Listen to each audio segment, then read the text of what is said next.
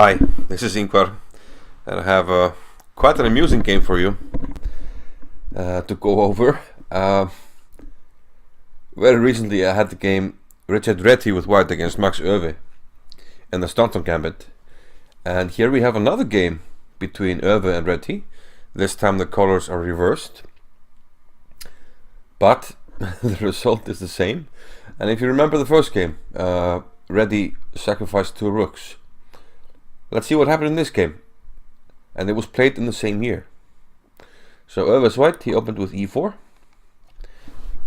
And we have e5. Bishop to c4, knight f6. Here you can play knight g5, of course, which is a common move. d3 is the most common move, but Euwe played d4. After e takes on d4, castles, and knight takes e4. White played rook e1. So we have a pin on this knight, and we must do something about that. And d5 was played.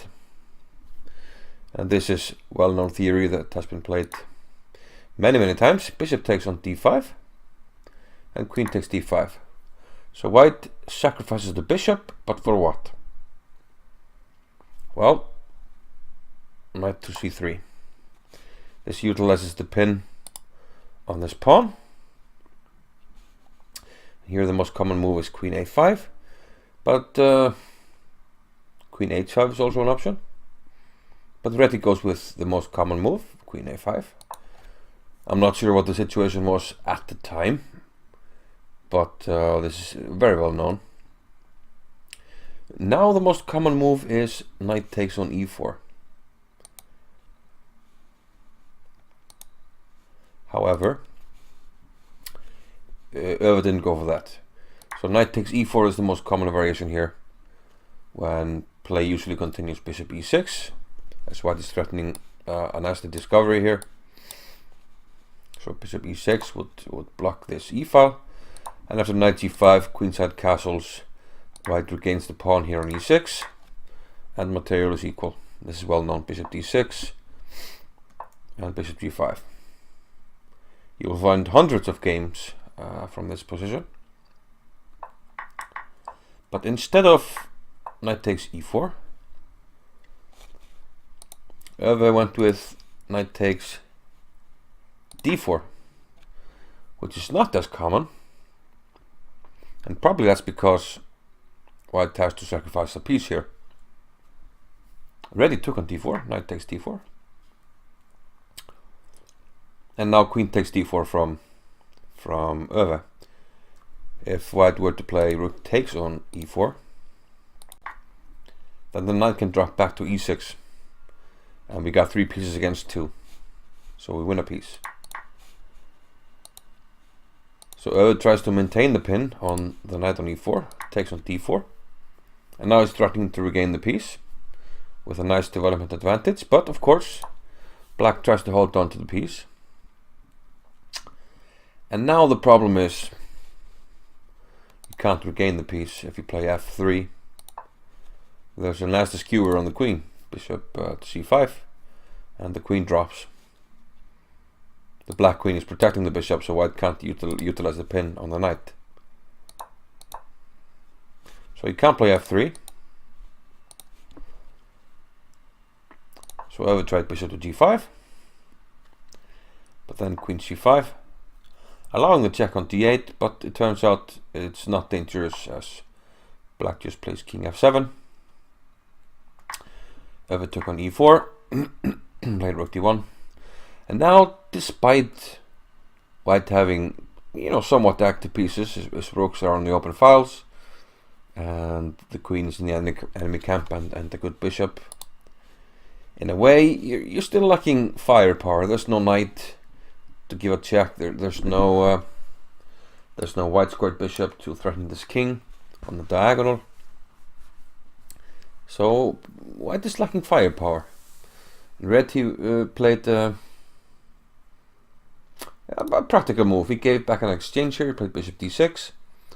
After queen takes h8, queen takes d5. So he gave some of that material edge back. Now he has 2 bishops for a rook. But look what it just did. The last move for white was what? Queen takes h8. I will link to the game, but do you remember the first game? What did Reti do? He gave up both rooks. I'll check out this one. f4. Queen h4. Rook takes h4. Bishop to h3. Attacking the queen. And leaving white no choice, really. Euwe took. Queen takes a8. So Euwe has won 4 rooks in 2 games against Reti, but to no avail, as the game is now finished nicely with the power of the 2 bishops. Bishop to c5. And the king must go to a corner. He went to h1. A quick note that trying to sacrifice back, I will take on d4 and give this wee little checkmate on e1. Checkmate, you must. So, yeah, bishop c5 check. So the king went to h1. And now, what's the idea? We're giving up 2 rooks. We're down 2 exchanges. So what to do? Attack the king. Bishop takes g2. King takes g2 is forced. And now the queen delivers the death blow on the light squares. Beautiful bishop here, covering all the dark squares. So all we need is the queen to penetrate on the light squares. And you see sort of the lack of squares for the white king. If king h1, queen f3, and again, beautiful synergy of the pieces. Let's make it actually green because the game finished after queen g4 check. And if you go to f1, there's another quick mate. Queen f3 check, and the king is feeling the draft. King to e1 and queen f2 mate. So a second Euwe and Reti game, 2 historical figures. I remind you that, like in the first video, Euwe was only 19 years old, but nonetheless probably a very strong player at the time. And even though Reti was at the peak of his powers, you know, winning 2 games like this against the same opponent, sacrificing 2 rooks in both games, it's still pretty amazing. So hope you enjoyed this one. I thought it was kind of amusing. So see you next time. Bye bye.